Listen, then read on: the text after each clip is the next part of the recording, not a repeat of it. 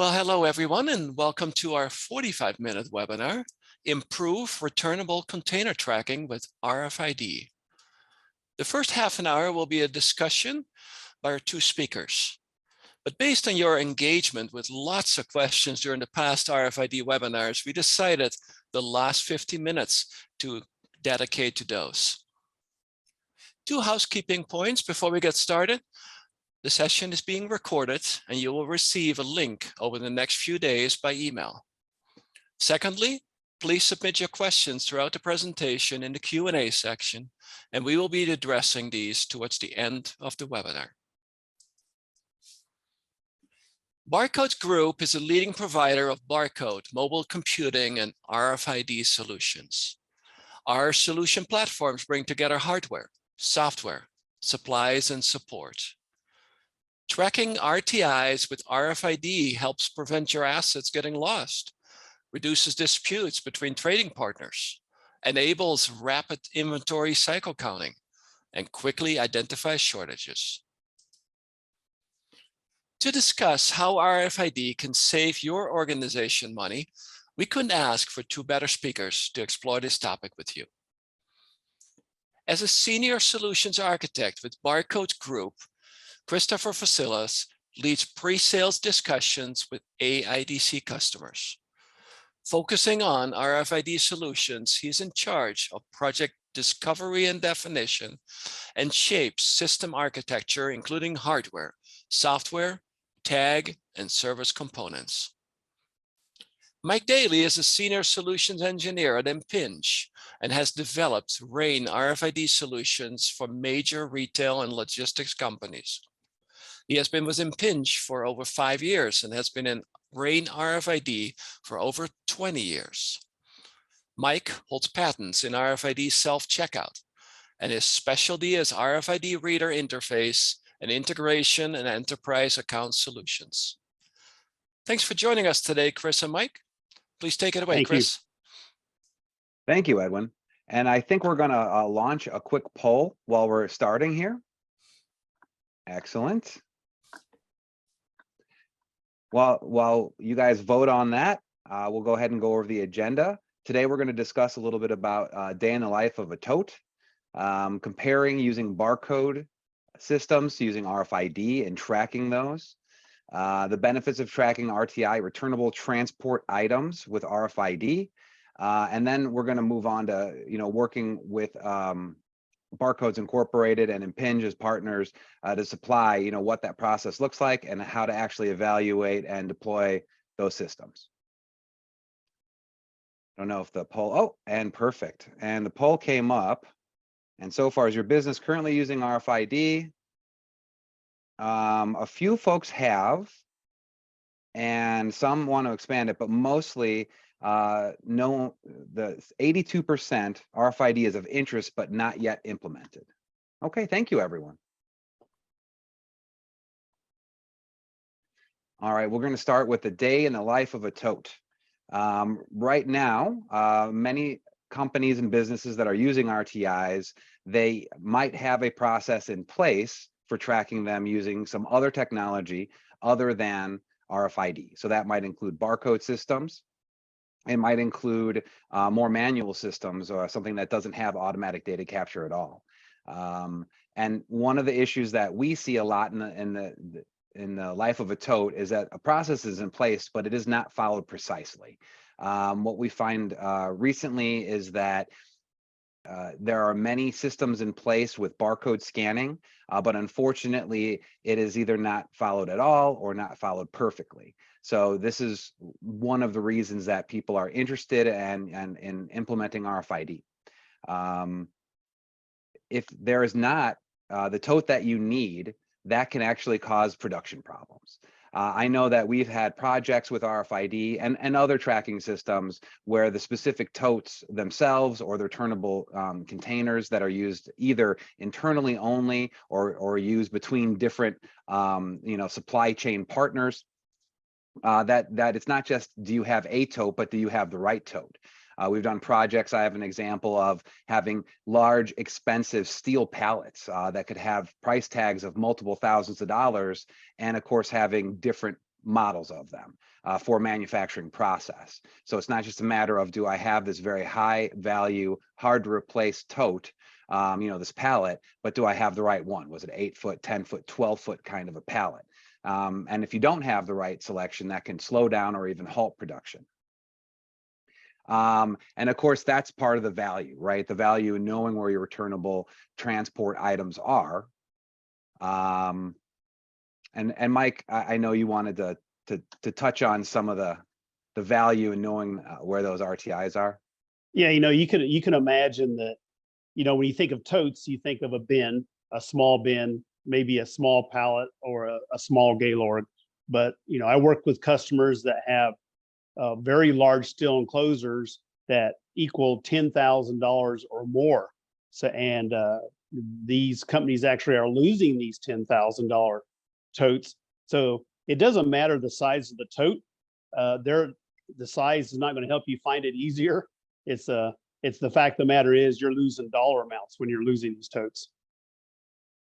Absolutely. I think I had another project start just this week where it is a supplier and manufacturer loop of returnable totes. And again, even though there's only maybe 500 to 1,000 of these totes, some of them collapsible, this was another manufacturer in the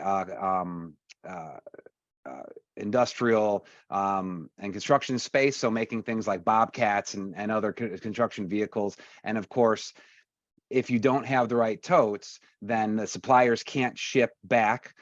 In this instance, the manufacturer owns all of those returnable transport items, all those RTIs. So, this comes up pretty frequently where a time and expense is spent simply communicating about where the totes are. And again, there's disputes. Where are they? They're in your facility. No, they're not. They're in your facility. We can't ship you any product.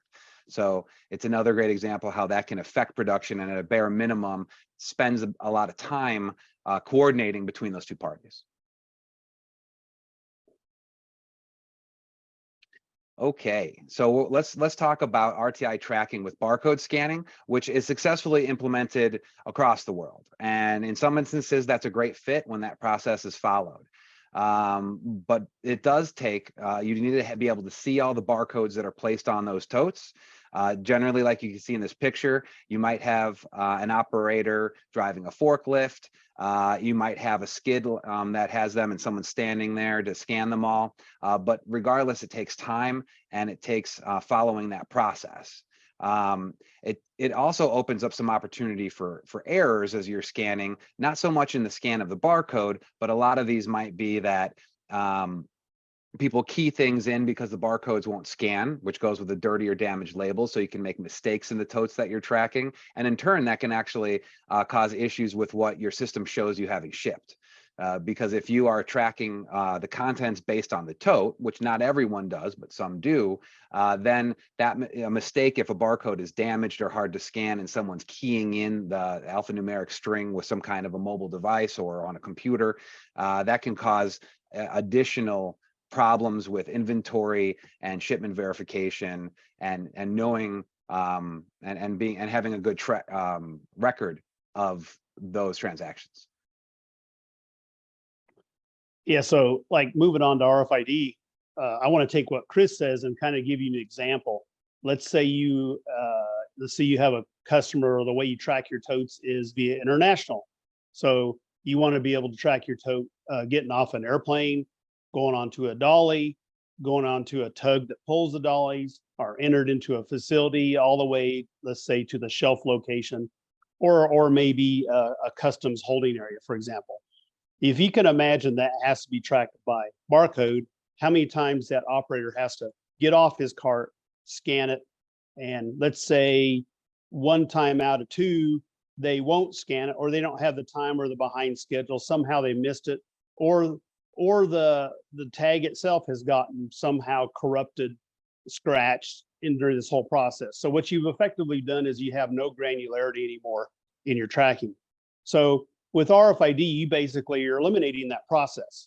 Okay, you're putting in automated systems to where at those location points you are scanning an RFID, a hardened RFID tag, and that way it's real time in the sense that you don't have your cart person getting off the cart and having to scan all the time, or the fact that they're not scanning at all. So it's fully automated and your granularity becomes a lot greater. So that equals to customer satisfaction, that equals to your procurement, your MRP systems, ERP systems, a lot more customer internal satisfaction. And the fact that the labels are hardened, you don't have to worry about that visible barcode being on a label versus, you have a hardened enclosed RFID label tag. So RFID really improves over the barcode line of sight, including the labor savings, and the automation is greater. And I'll comment, most systems end up being a hybrid. Most of the time we're going to add this RFID. It's going to add that level of not needing clear line of sight, being able to set up read points at choke points where RTIs are traveling, dock doors, and Mike gave a bunch of other great examples.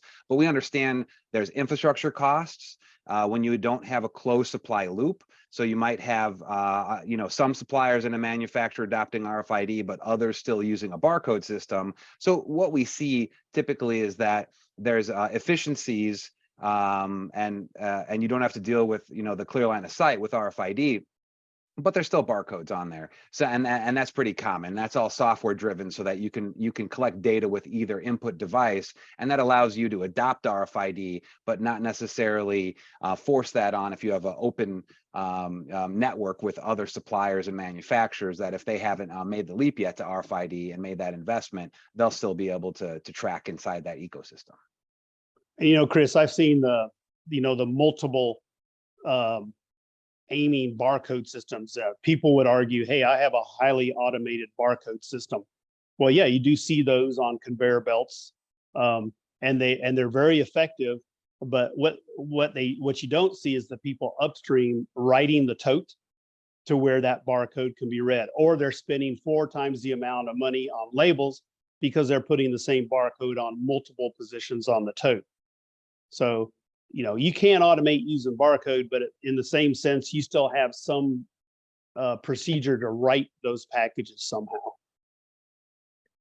Absolutely. And I'd say one of the things that is what is it like in real life, right? And that's a big part of why RFID becomes even more valuable. What I see in real life is, in theory, people are going to take foldable totes, for an example. It's very common in auto manufacturing supply loops, between suppliers and manufacturing legs of the, big automakers.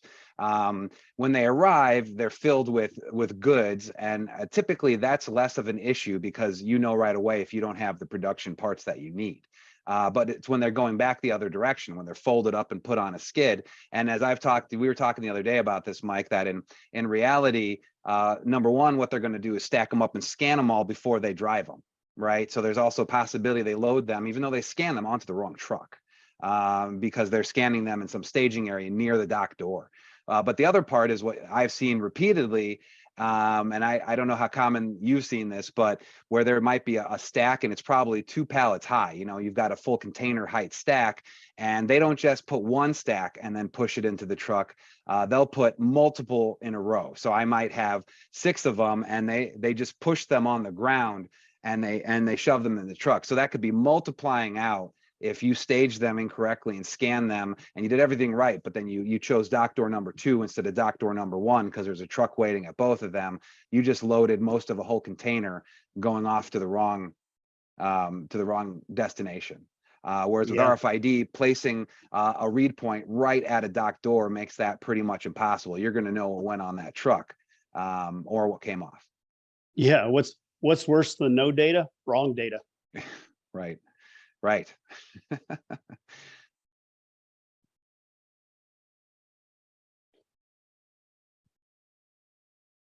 Yeah, so I want to cover a little bit of some of the benefits of tracking RTIs with RFID.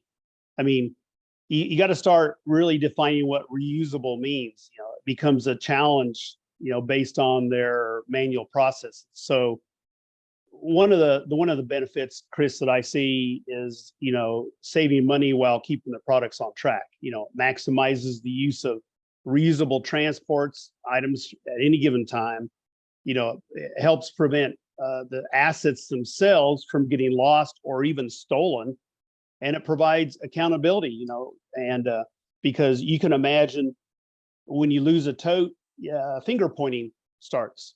Oh, we didn't lose it, you must have lost it. And then if you don't have any really good data points, you have bad relationships with your customers because finger pointing starts, especially when you're talking millions of dollars of totes. And can I jump in there? I wanted to comment a couple times. So I think a lot of times there's actually not a tracking system in place that has to do with these totes. But what I have a couple projects where by implementing this tracking, it actually gave them data within production. So not only did it move between facilities, where is it stored in a facility, but in addition, add read points as an industrial process if these containers are used and travel with product as they're made. In one example, I believe that from an implementation on one site, the payback was over $200,000 a year. And that may sound excessive, but the payback was because they could not track production defects. Their process made it so they could not mark any of the items that they were producing, right? It was that kind of construction material. And so by implementing this system and expanding it into also tracking it through and just getting read points, having that visibility of that RTI, which in that case was a steel pallet, the payback was pretty much half of a year or something to have that entire system implemented. So as you talked about a little bit too, is that sometimes tracking the RTI means tracking the goods, tracking the production quality, tracking more than just the actual tote itself. What's interesting, Chris, is, I've known companies actually, how you use your ERP, MRP system to actually have goods, tracking the goods to make your product. I've actually seen part numbers in ERP and MRP systems with totes in them because they lose so many totes that it actually becomes an effective part that they have to order on a regular basis, on a regular quarterly basis, because they're losing so many totes. So tremendous savings to reduce the cost, to say the least.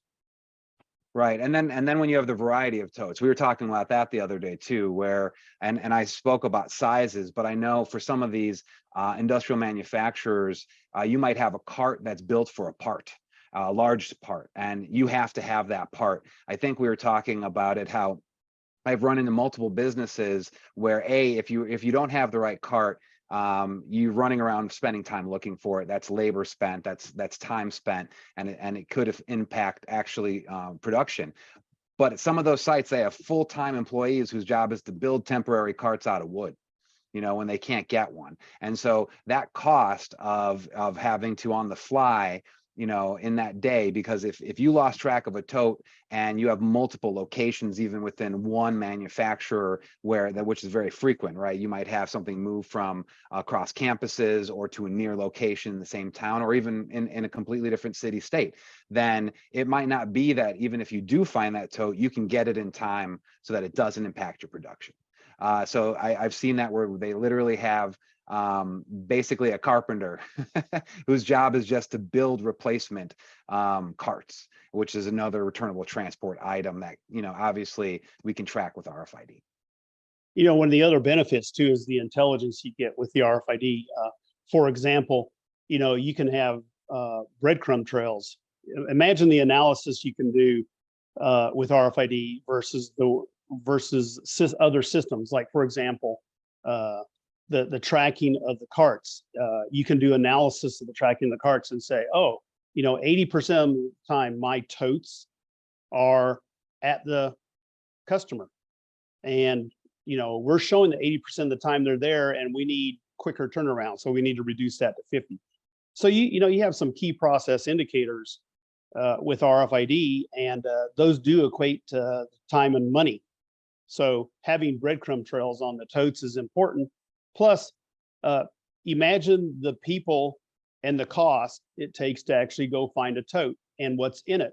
So now not only is your tote lost, you have parts lost, and that directly affects your supply chain solution. So just that cost is high, having to go out and spend your time having to find a tote. I've known companies with very large Gaylord totes to take their production down for a day just to count totes.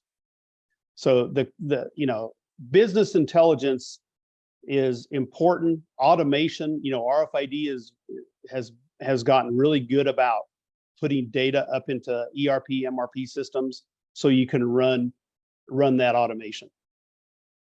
Right, it's not just ops. Accounting very much appreciates functional RFID tracking solution for RTIs. And that also helps with their purchasing, as you're talking about too, regular items. If they are purchasing them, it's oftentimes they might be purchasing more of misplaced and not lost totes. We didn't talk about, we talked about maybe losing them and reordering them. It also causes accounting issues that I've heard about because oftentimes they are found later, much later.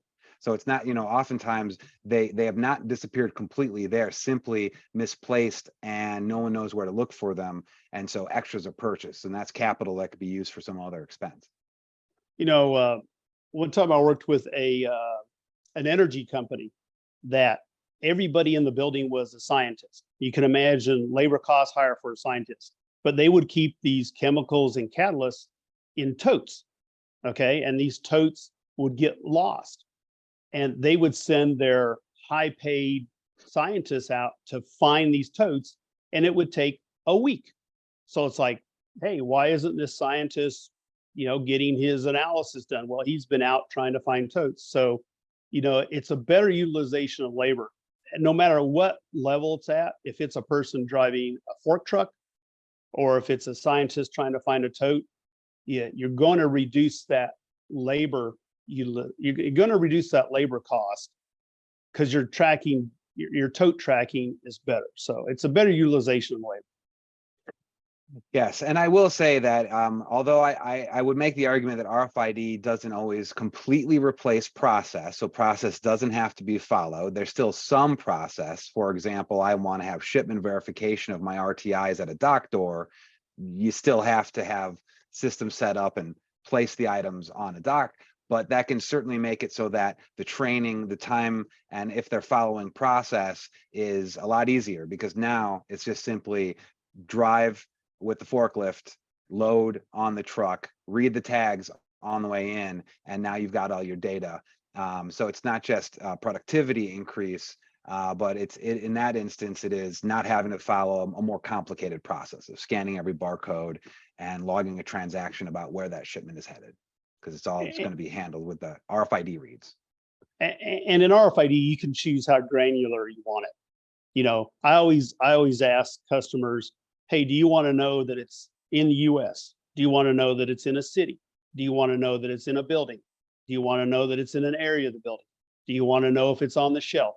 Specifically where on the shelf?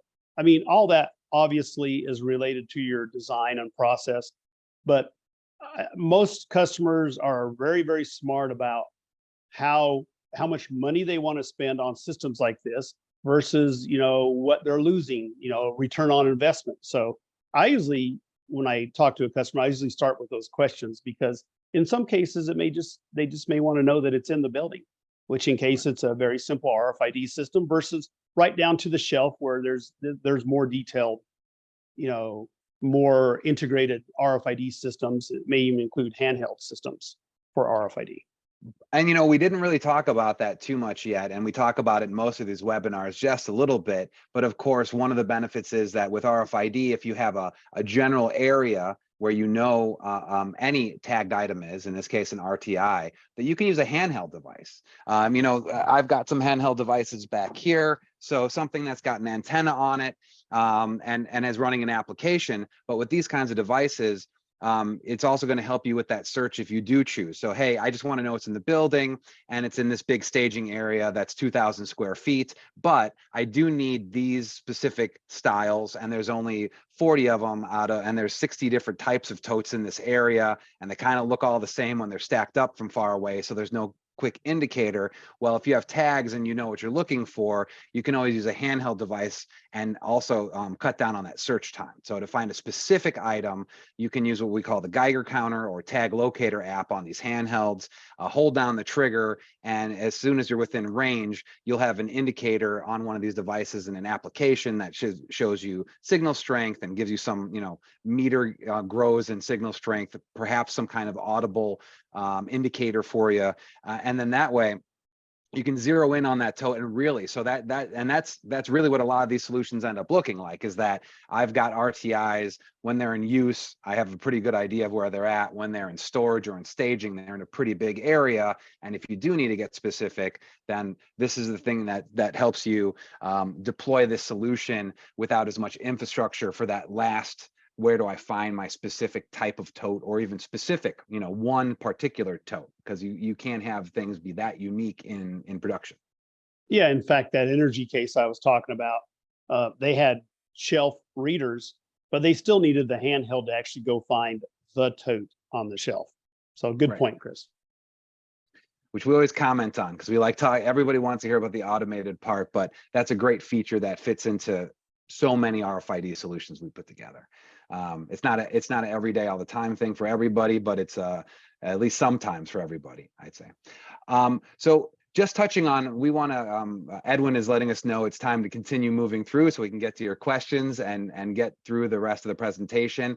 Barcodes Incorporated, our RFID solution includes what we consider to be the 4 components required for a successful RFID solution. Obviously, that's your devices, your hardware. There's some kind of software. Keep in mind, we do a lot of software that is an integration with existing ERPs, MRPs, WMSs, or other tracking solutions. So it may be a full bore solution that does the tracking, or it may be bolting on. And of course, your supplies, that could be labels, or it could be hardened tags, as we were describing. And of course, that could be disposable versus, you could even use for RTIs. Sometimes labels are used, but a lot of times we recommend hard tags so that they'll survive pretty much forever. And of course, there's services. Barcodes Incorporated, we have services that typically start with our discovery and move through for pre-sales. We get on site before you buy anything. We do some testing, proof of concept, make sure that it works, do system architecture, design, all the way through implementation. So getting on site to physically install the readers, go live support, and so forth. So Barcodes Inc. has those 4 pillars, and we provide all those to our customers. Sure. And, really, as Chris walks through what Barcodes does, what Chris and I we've been in the business a long time. And what we've really seen over the last, 10 to 20 years is a real shift in RFID systems.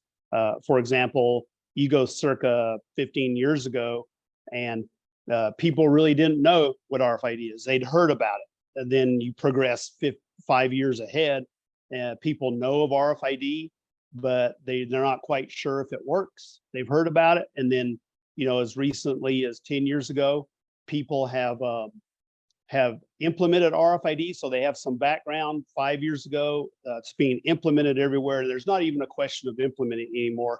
So the technology is advanced.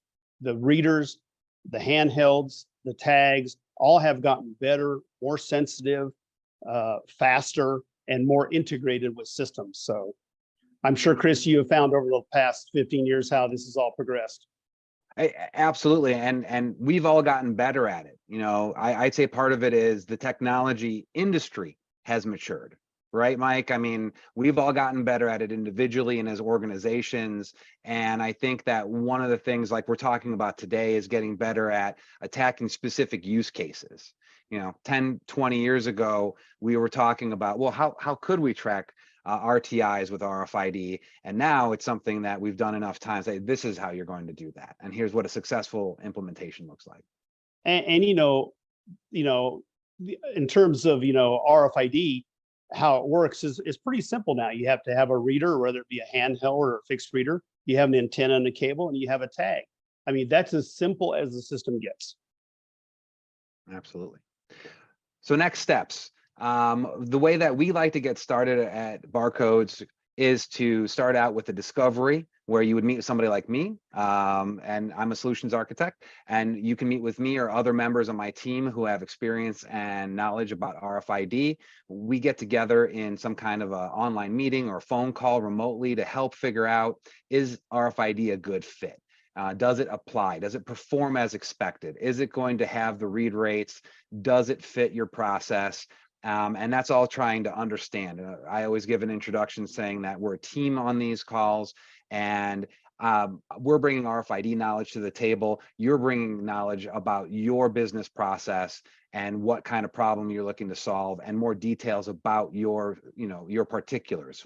How big are your products? Where are your products? What's your space look like? And together we figure that out.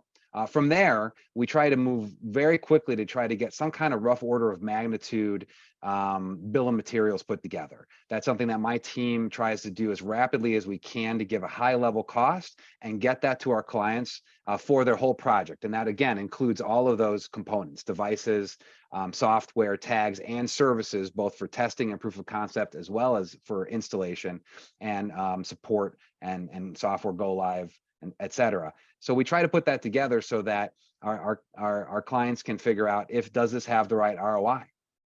Just because RFID might work doesn't mean that it has the correct return on investment, and we feel that we want to get there. So those discussions can happen internally, and we can come back together and figure out if it's a go.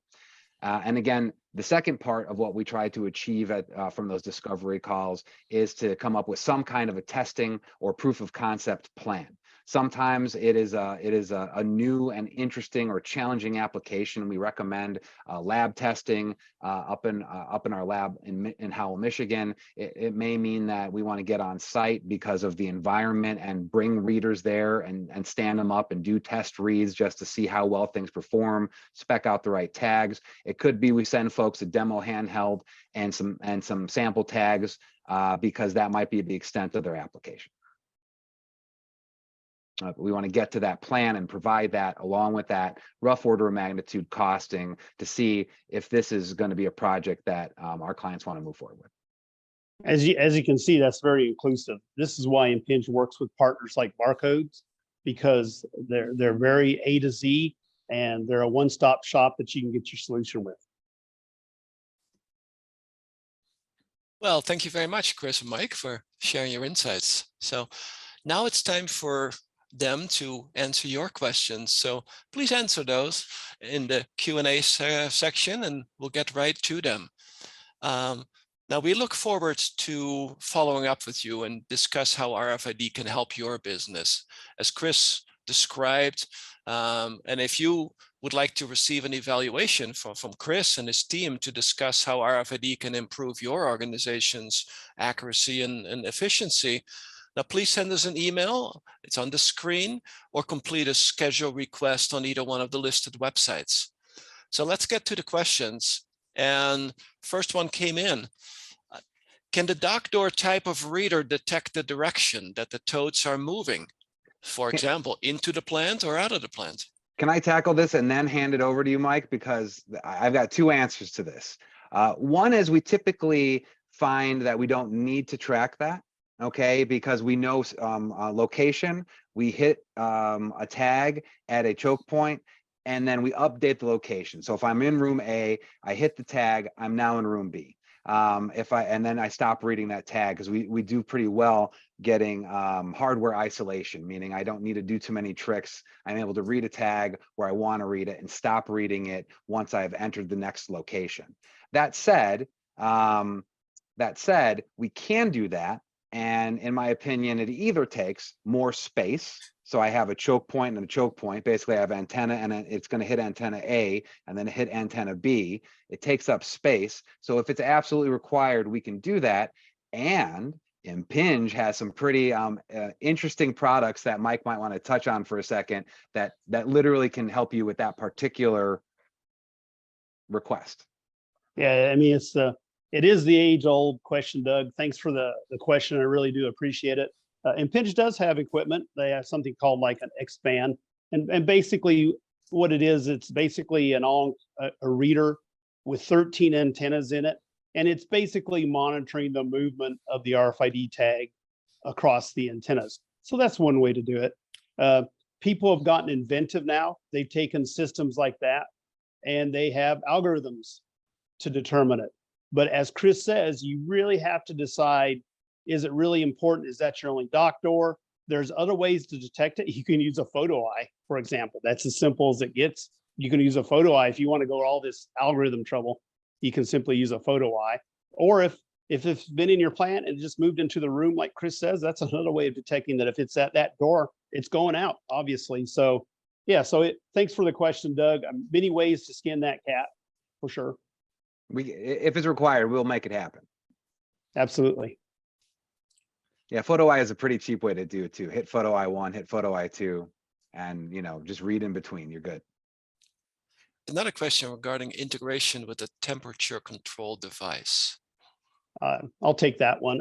So if you look at like an Impinj R700 reader, it is now it's very integrated. I mean, these readers, most of them are Linux-based devices, and you can imagine if it's a Linux-based devices, you can actually put a program on there. So sure, you can put programs on the reader now, and the readers have USBs. So if you can, detect a USB a temperature sensor, you can program the reader to integrate with that. In our situation, of course, you have to write a little bit of programming on the reader to do that, but absolutely. I look at RFID readers now as simply a computer, and whatever I want to do on a computer, I can do on the reader now. Mike, have you done any projects? There are some temperature sensing passive tags, but they oftentimes don't do exactly what someone is interested in them doing, because it is a passive device. But those do exist. So I mean, it's something where if you have that kind of a project, please come talk to us about it. I think that we can listen to the details, and there's a number of different ways to try to capture some temperature data. Yeah, that's a great call out, Chris, because there are tags now that in the user memory portion of the tag itself, which an RFID reader can access, is the temperature.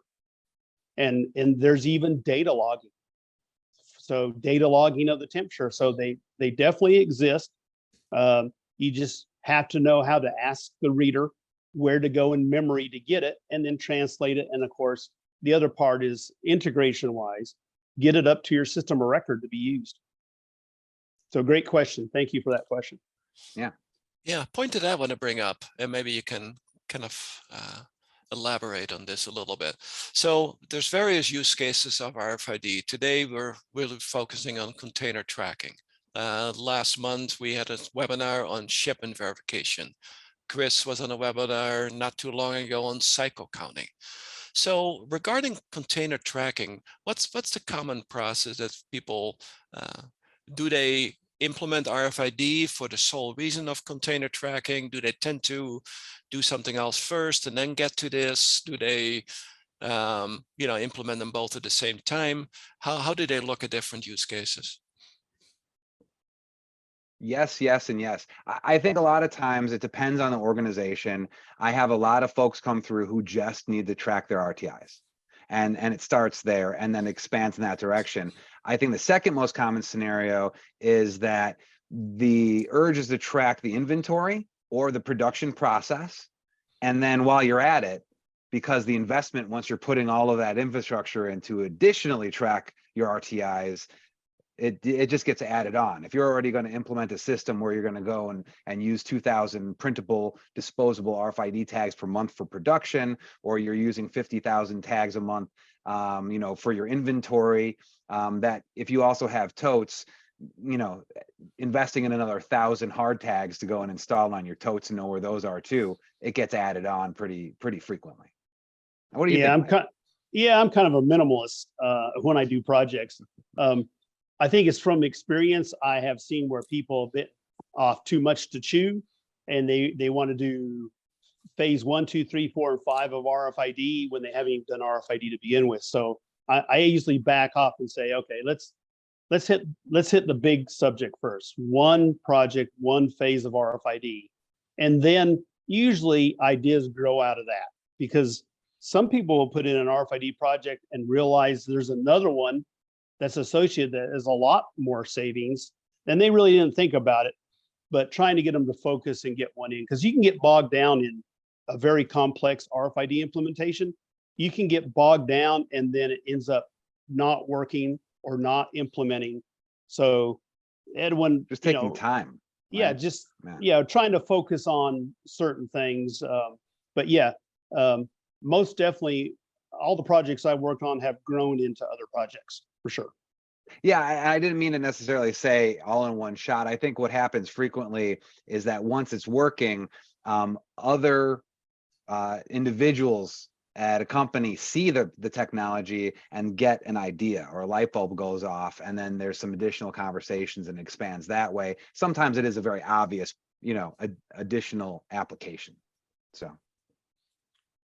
Yeah, maybe while we have a few minutes, touch on the integration with like WMS and ERP systems. Mike, I know you spoke about that in the webinar, but could you just expand a little bit on how people integrate, how difficult this is, and what the main benefits are if you do so? Well, we are in the age of information. People want information quickly now. So, RFID has come along with that information also. You've heard of IoT, the Internet of Things, which are basically devices that send data up to the cloud. One of the reasons those things are so successful is because you get instantaneous real data that you can act on. Go 10 years back and you would have to have a computer connected to an RFID reader. It would send a command to turn on. That reader would send back information, and then you would send that up to your system of record. Well, the readers now are integrated enough that they can send it via IoT style, whether it be like called through an MQTT broker, Kafka. There's many ways of getting it up to the cloud now. And even in our readers now, we buffer the data to where you don't get an overload of data. So the integration part to me has become easier and faster and more accurate just because of the IoT style of interfaces now.